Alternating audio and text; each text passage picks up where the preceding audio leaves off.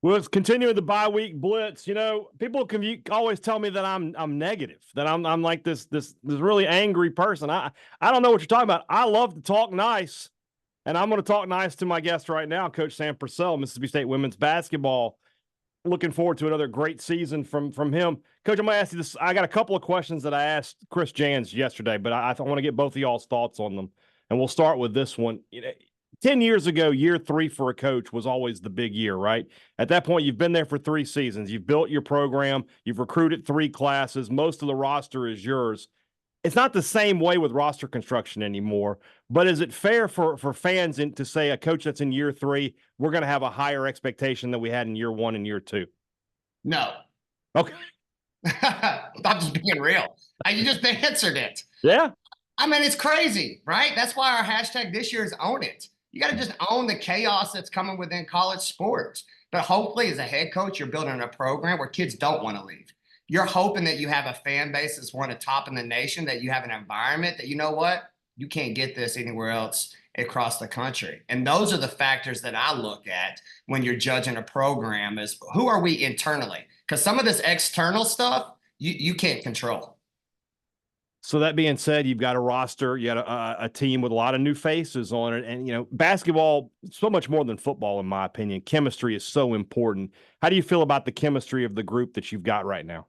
Yeah, so I got a lot of great individual talent.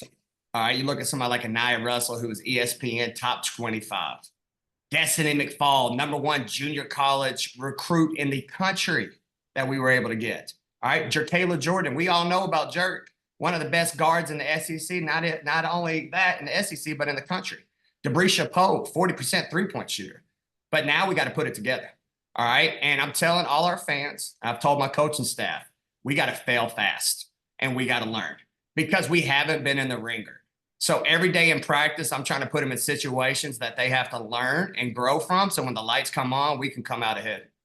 That's interesting to hear you say, again, to make that comparison, you hear about situational practice. That's a football thing. They want to practice goal line and 2-minute. What is situational basketball practice? Well, first and foremost, time and score. All right. What sets am I going to call that you've never been in a situation with me that are game winners? All right. Who's taking the shot? I just named several great individuals, but who's going to take the moment when the moment occurs? And then most importantly, who's a pack of dogs that are ready for a dogfight that we got to get a stop and make sure the other team doesn't score? You mentioned Jerkayla Jordan. I think that, among the players returning in the SEC, she might have been one of the most important ones, not only just from the production that she brings you, but the leadership standpoint as well.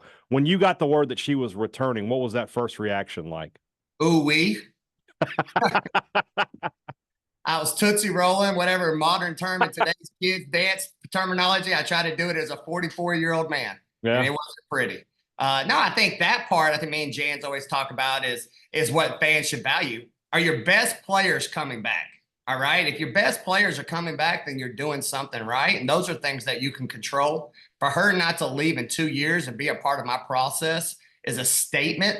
She loves Mississippi State. She is Mississippi State, and she wants to make sure Mississippi State wins. Another question I asked Coach Jans yesterday, because you just got so many new faces. We can't just sit here and roll through all of them. So I'll ask you this. Who has surprised you the most since their arrival here in Starkville? Ooh, wow. That's a tough one, man. I'm telling you, everybody surprised me. If I had to give one, I say Destiny McFall, the #1 junior college player in the country. She's electric. She's left-handed. She's a scorer. And the best part is her best basketball is ahead of her. Every day we come to practice, she's getting better. And that excites me as a head coach. I think something that excites Mississippi State fans is you adding Victoria Vivian to your staff. I mean, just an absolute legend here at this university, not just in women's basketball, but just in sports. If I had to do a Mount Rushmore of the last decade at Mississippi State, I think she's on the list with Dak and Jake Mangum and people like that. What exactly does she do for your staff? And then what is she going to bring to Mississippi State now that she's back? Yeah, that's a loaded question. First and foremost, what she's going to bring to our staff is everything. All right. Everything that when you give a speech that we have a vision that we're trying to sell, she's done it. All right. When we're in those locker rooms that you got to understand what it takes to win. She's living it currently right now at the highest level in the WNBA. And then most importantly, my kids who want to be pros, what a great resource to have someone in the active market who understands the right agents, what's going on to make a professional team, and most importantly, where women's basketball is going. So it's a blessing to have her. And then just the youth movement, right? Us coaches, man, we get older every single day. So to have somebody that's hungry to get in the coaching profession, she'll admit it. She's got a lot to learn. But I've got a full staff of head coaches here. They're going to mentor her and help make sure we put her in place so she can have success in this business. You got to replace one of the top front court players in all of women's basketball from a season ago in Jessica Carter. You got a lot of options there. Is that something where you have to do by committee, or is somebody going to step forward and be that same similar kind of player? Well, first of all, somebody's got to step forward, right? Because like you said, we're losing 30 minutes a game. So let's start off with Neer. Neer was a freshman last year that, you know what? She could have transferred too. She only played 10 minutes and she was the top 50 kid in the country coming out of high school. So for her to learn behind a pro and stick with the process, I'm excited for her opportunity. And then Kayla, all right, from Georgia Southern. She started off at Penn State. Everybody's got to remember this is the last year of COVID kids. So I've got a lot of fifth-year kids, which is great. Older's better. So I'm looking for a big year from her. And then my wild card is Medina. All right, Medina from Kenya. And let me tell you something. The young lady was not here all summer for our conditioning test, okay? I had kids training for 4 months to pass this test. Medina shows up in the fall and on the first week passes the test. All right, I've never seen nothing like it. The kid has a motor and energy about her, but most importantly, she is prideful and thankful to live here in the United States and just living life for what all Mississippi State is giving her. And I know she's excited to get back. How quickly would I fail the conditioning test? Oh, done. You already failed it now that you're thinking about it. Oh, it's that type of, if mentally I'm already beaten. Okay, you got my attention. It's a mindset thing.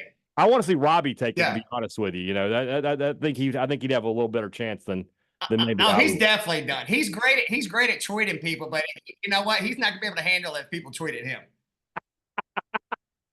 And that's my guy. That's my guy. I wasn't expecting to smack on Robbie today, but we'll do it. We'll do it. Missed the NCAA tournament a season ago. He knows I love him. So yeah. Oh yeah. Yeah. Missed the NCAA tournament a season ago. What's the key to getting back this year?